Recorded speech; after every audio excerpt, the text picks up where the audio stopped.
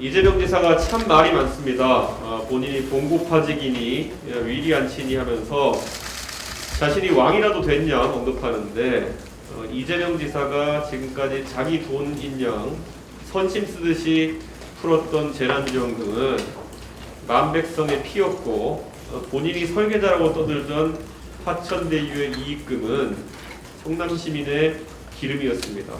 민간업자의 탐욕에 대대로 살아온 터전을 강제로 수용당한 대장동 원주민들의 눈물이 떨어지고 이재명 지사가 위기를 모면하고자 아무 곳에나 질러대는 막말에 국민들의 원망소리가 높습니다.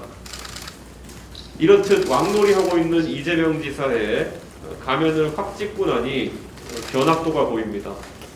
변학도가 왕이라도 됐냐 하는 이런 세상이 참 비정상적인 세상입니다.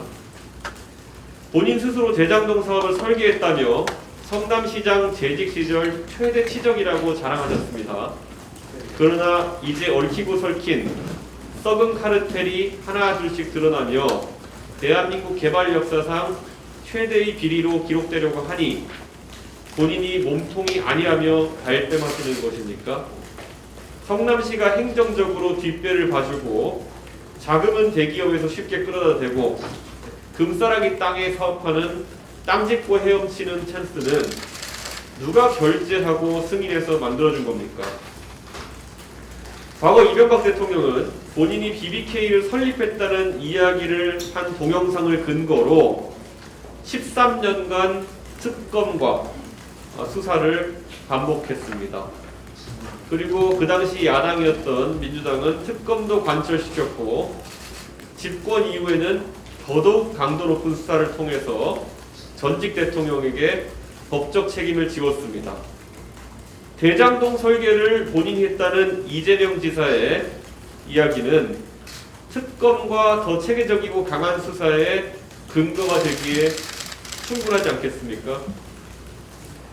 검찰이 뒤늦게 대장동 개발사업 특혜 의혹 수사에 착수했으나 관련자 일부는 이미 출국한 상태이며 제대로 된 자료 확보도 안 된 상황에서 진실 규명이 쉽지 않을 것이라는 지적이 있습니다. 검찰은 이 화천대유 논란이 일고 나서 2주가 지나서야 수사를 진행하겠다는 의지를 밝혔고 지금 수사팀의 구성도 보면은 편향 인사라는 말이 많습니다. 지금 국민의 60% 이상이 특검과 국정조사를 꼭 해야 한다고 합니다. 대한변호사협회와 학계도 특검을 촉구하고 있으며 민주당 내 중진 의원께서도 특검 필요성을 언급하였습니다. 하루속히 특검을 구성해 의혹을 규명해도 부족한 판에 더불어민주당과 이재명 경기지사가 이것을 거부하는 의도가 무엇입니까? 특검을 거부하는 사람들이야말로 바로 여기 쓰여있는 대로 첫 번째 의심 대상자이자 범인일 것입니다. 대한민국은 정치인에 대해서 갈수록 엄격해지고 있습니다. 비영리 재단에 대기업이 지원한 돈에 대해서 경제 공동체론을 적용했고 기업의 법률 비용 대납을 포괄적 뇌물죄로 적용해 두 전직 대통령을 감옥에 보낸 나라입니다. 이재명 지사가 수천억 대의 개발 이익을 본인의 시장으로서의 행정 권한을 활용해 민간의 특수관계인에게 몰아준 것이 아니냐는 의혹을 받고 있습니다. 이 의혹이 사실이라면은 애초에 대통령 후보가 될 자격이 없는 것이기 때문에 이것은 꼭 정밀하고 엄격하게 검증해야 합니다. 특히 권순일 대법관의 이름이 화천대유에 등장한 것은 단순한 행정적 무능 또는 배임, 부패 수준을 넘어서 사법제도에 대한 국민들의 의심까지 불러일으킬 수 있는 사안입니다.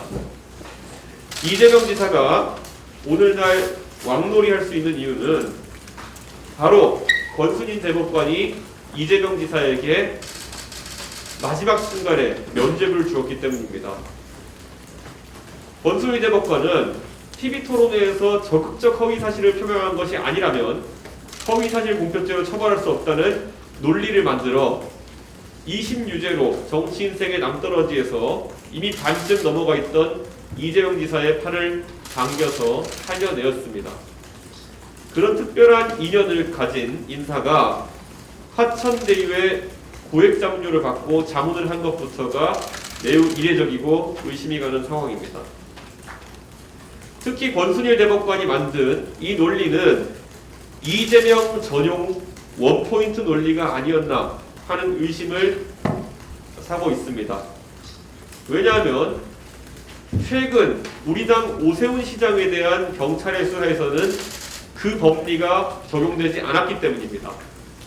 이재명 지사가 친형을 정신병원에 입원시키려고 했느냐라는 질문은 오세훈 시장이 집회에 한 번 참석했는지 두 번 참석했는지에 비해서는 훨씬 유권자의 선택에 있어 중차대한 문제임에도 이 원포인트 법리의 수혜자는 이재명 지사뿐입니다. 이 수많은 의혹 국민의힘이 가볍게 넘어가지 않겠습니다. 국민의 이름으로 변학동 이재명 지사에게 말하겠습니다. 특검 받으십시오. 그것만이 유일한 길입니다. 네, 대표님께서 판교 대장동 게이트 특검법 수용 촉구 관련된 모두 발언을 해주셨습니다. 와주신 기자 여러분 감사하고 질문을 받도록 하겠습니다. 손을 들어주시면 질문 받도록 하겠습니다. 어느 분부터 할까요? 네. 오늘도 어제도 얘기하셨고 오늘도 라디오에서 언급하셨던 것 같은데 네. 이제 지금 특검 수용을 민주당이 촉구하기 위해서 곽상도 의원 제명도 같이 이제 협력할 용의가 있다 그런 취지로 말씀을 좀 하셨었는데요. 네. 이에 대해서 민주당 측에서 답변이거나 좀 교류가 진전된 상황이 아닐까요? 뭐 언론에서 아시는 것처럼 전혀 응하지 않고 있는 것으로 보아서 민주당은 어떤 조건으로도 특검을 받지 않아야 될 이유가 있는 것으로 보입니다. 그리고 저는 우리 박상도 의원이 당을 떠난 뒤에도 더 강한 책임을 져야 된다라는 제 판단에는 변함이 없습니다.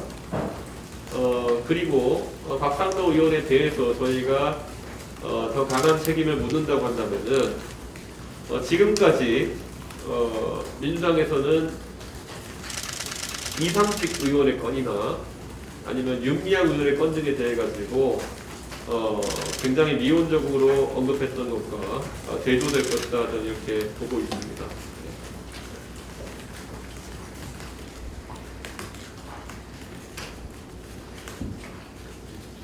네.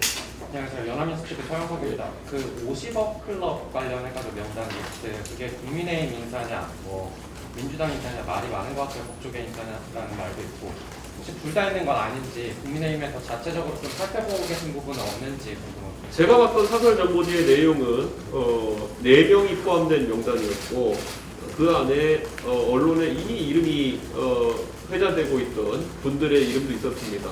네, 그래서 이제 그분들의 이름을 검증하기엔 좀 아직까지 정보 확인이 안 된 상태이기 때문에 부적절하지만은 우선 곽상도 의원의 이름이 있었던 건 맞고요. 다만 금액은 지금 언론에 보도되는 내용, 확인된 내용과 맞지 않는 부분이 있었던 것 같습니다. 그리고 법조계 인사 중에서 언급되었던 인물들, 그리고 민주당과 친분 있는 인사도 명단에 분명히 있었습니다. 이재명 지사와의 친분이 있는 인사가 있었고, 그렇기 때문에 저는 이런 명단을 검증하기 위해서라도 조속하게 특검을 진행해야 된다 이렇게 보고 유로즈 모델교께서 제가 그 말을 한 뒤에 단정적으로 국민의힘 인사가 더 있는 것처럼 말씀하셨던데 글쎄요 어떤 근거로 그렇게 말씀하시는지 모르겠습니다. 만약에 그런 명단을 저와 다른 버전의 명단을 유로즈 원내대표께서 가지고 계시다면은 조속히 릴리즈 해보십시오.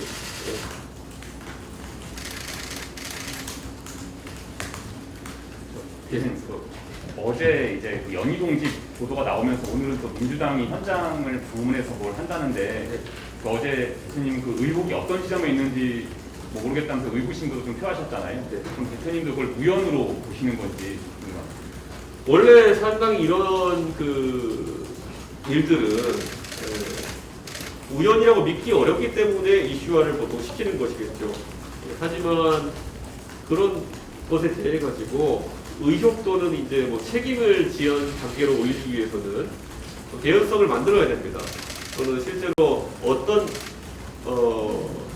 금전적 이득이라든지 어떤 가능성이 있는지를 제시하시는 분이 설명할 수 있어야 되는데, 예를 들어 일반적으로 저희가 생각하기에 주택에 매매에 있어가지고 의혹이 성립하려고 한다면은 시가보다 싸게 매입하거나 아니면 시가보다 비싸게 매도했을 때 어떤 금전적 이득을 주었다는 그런 의혹을 제기할 수 있는 것인데, 지금까지 드러난 정황으로는 전혀 그런 바가 없고, 그리고 공인중개사 해당 그 물건을 중개한 사람의 증언도 전혀 어폐가 없고 일관되어 있습니다. 그렇기 때문에 저는 오히려 단순히 그냥 흥미 위주의 그런 어떤 보도가 아니었다면은 처음에 보도를 하거나 또 의혹을 제기한 쪽에서 어떤 협의점이 의심되는지를 발표해야 그것을 검증할 수 있다. 저는 그렇게 생각합니다. 그 정모 변호사 하천대유 소유주로 알려진 정모 회계사죠. 네. 정모 회계사가 그 녹음을 하고 녹취록을 검찰에 제출했다는 보도들이 있는데, 혹시 국민의힘 특위에도 이런 제보들이 좀 있는지가 궁금하거든요. 아까도 이제 김기현 원내대표님과 얘기 나눴지만은 사실 저희 TF 쪽으로는 여러 제보가 들어와 있지만은 그 내용이 참 광범위한 것으로 알고 있습니다.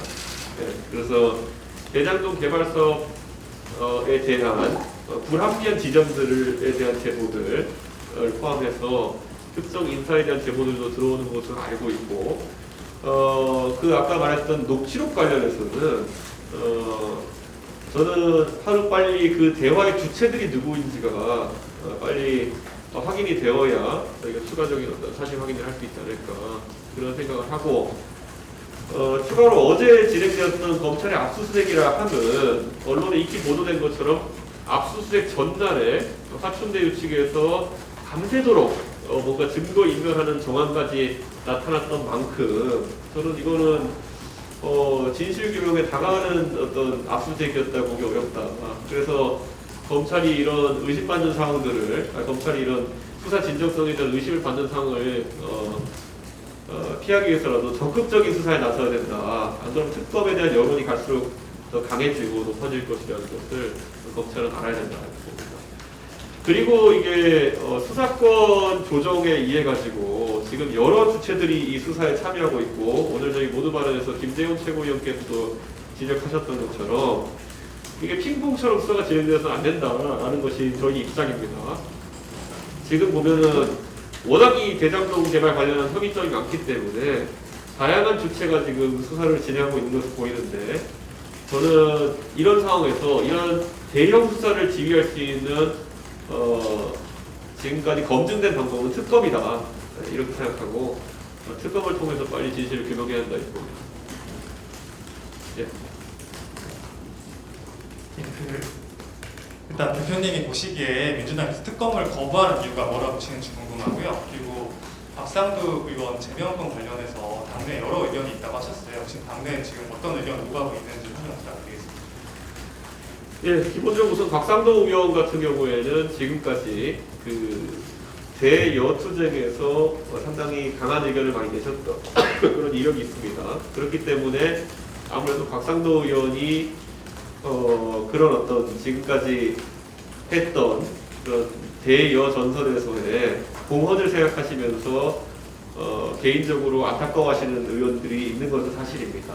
그런데 그와 반대로 또 결국에는 대선을 이기는 과정에 있어가지고 이 화천대유 및 이재명 게이트에 관련된 여러 사항이 박상도 의원의 어쨌든 아들의 해명이 잘 되지 않는 과도한 그 퇴직금 때문에 묻혀서는 안 된다는 인식 때문에라도 더 엄정한 처분을 바라는 목소리도 큰 상황입니다. 그렇기 때문에 제가 말한 것처럼 제가 이것을 설득해 나가는 과정도 당내에서 참 어렵겠지만은 아마 송영길 대표께서도 당내에서 특검이나 이런 것을 받자는 여론을 만드는 게 상당히 어려울 것입니다. 하지만 지금까지 송 대표님과 제가 누차에 걸쳐서 만들어온 협치의 정신대로라면은 이 두 건에 대해 가지고 송영길 대표께서도 노력을 해주시지 않나 이미 민주당에서도 제가 재차 언급하지만은 이상민 의원께서 대선 전국에서 이 특검의 불가피성을 언급하신 바 있습니다. 아마 민주당도 그런 여론이 확대될 텐데 저는 홍 대표님께서도 좀 통 큰 결단으로 화답해 주셨으면은 그리고 각자 그 기조 하에서 당내 설득을 진행하는 과정이 있었으면 좋겠습니다. 왜 안 받는다고 보시는지. 저는 지금 상황에서 결국 그 특검 수사를 하게 되면은 성남시의 행정 전반에 대한 어떤 수사를 진행할 수밖에 없지 않겠습니까? 그런데 이번 대장동 이재명 게이트에서 볼 수 있듯이 이재명 지사가 처음에는 이 대장동 개발권을 관련해 가지고 굉장한 본인 치적인 것처럼 홍보를 해왔습니다. 그리고 과거에도 그래왔고요. 그렇기 때문에 이재명 그 지사 지금 여권의 유력 후보인 이재명 지사의 사실 국민의 어쨌든 지지도라는 것은 본인이 홍보하던 성남시장 시절의 치적에 대한 부분이 상당히 작용했을 텐데 그게 허상이었다는 것이 드러나게 되면은 아마 민주당의 대선 주자에게 타격이 가지 않을까라는 우려가 있는 것으로 저는 추측하고 있습니다. 그런데 제가 민주당에 드리고 싶은 말씀은 지금까지 성남시장 시절에 치적이라고 했던 것들 어차피 국민들은 대선 과정에 다 검증할 것입니다. 그렇기 때문에 그런 부분을 부담 갖지 말고 이 단군 이래 최대의 부동산 사건이 될 수 있는 이 화천대유 건에 대해 가지고 오히려 명명백백하게 국민들이 납득할 수 있도록 이해시키는 것이 최우선이다 이렇게 봅니다. 다시 한번 강조하지만 특검 거부하는 쪽이 범인이다 라는 국민들의 인식은 깊어질 겁니다. 예, 또 계속. 혹시 특검 축구 위해서 송영길 민주당 대표와 만날 계획은 좀 있으신지? 이미 제가 뭐 언론을 통해서 공개적인 제안을 이렇게 한 것이고요. 송 대표님께서 충분히 고민이 끝나시고 화답하실 수 있다 이렇게 봅니다. 네, 그리고 저는 송 대표님께서도 지금까지 민주당에서 대통령 선거 경선을 아주 공정하게 관리해 오셨다 이렇게 들었기 때문에 이재명 지사가 본인의 어쨌든 부담 때문에 거부하는 것과 다르게 송 대표께서는 다른 판단을 해주실 것이다 이렇게 판단하고 있습니다. 예.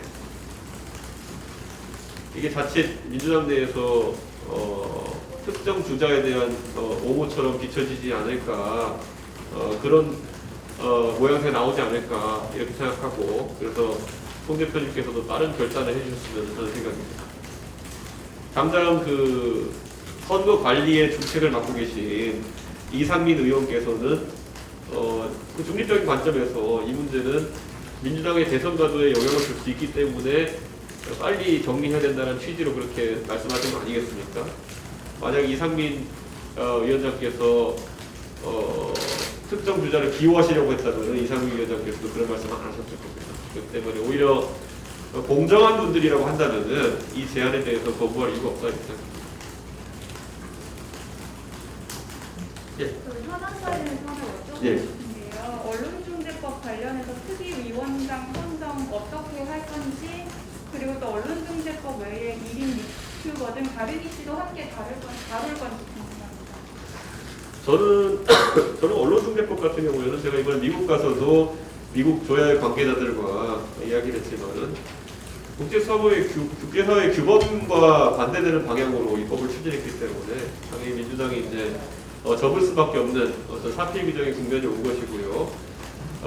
다만 그에 더해서 1인 유튜버라든지 지금까지 언론의 범주를 벗어난 영역에서 언론에게 기대되는 그런 책임감과 의무를 벗어나는 지역에서 이런 활동해왔던 분들은 앞으로 언론에 준하는 책임과 그리고 좀 의무를 질 필요가 있다. 그 생각에는 제가 공감을 합니다. 다만 아직까지 저희 원내지도부에서 그 사안에 대해서 최종적인 판단을 내리지 않았기 때문에 저희 입장이 정해지면 또 알리도록 하겠습니다. 네. 질문이 더 하나만 더. 네, 마지막 질문 받도록 하겠습니다. 어제 본회의에서 정창민 의원 체포동의안이 통과가 됐는데요. 네. 당 차원에서 어떤 추가 조치가 있을지, 당 윤리위원장은 어떻게 되는지. 안 그래도 윤리위원장은 저희가 선임 절차를 거의 마무리해서 오늘 원래 발표할 계획도 있었으나 저희가 이 화천대유권에 좀 집중하기 위해서 오늘은 좀 수년을 시켰습니다. 그런데 정창민 의원 같은 경우에는 기소가 만약에 최종적으로 이루어지게 된다면은 저희 당원 당규가 규정된 바에 따라 가지고 그런 어떤 자동 징계 절차가 있습니다. 이전에 그렇기 때문에 그런 부분에 준해서 아마 징계를 하지 않을까. 그런데 아직까지는 속단할 수가 없는 것이 정창민 의원께서는 굉장히 본인의 억울함을 호소하고 그리고 이 건에 대해 가지고는 무죄를 확신하고 있기 때문에 저희도 수사기관의 판단을 기다리도록 하겠습니다. 네, 오늘 함께 해주셔서 감사합니다. 더 궁금한 거 있으면 추후에 더 물어보시면 답변해 드리도록 하겠습니다. 수고하셨습니다. 수고하셨습니다. 수고하셨습니다.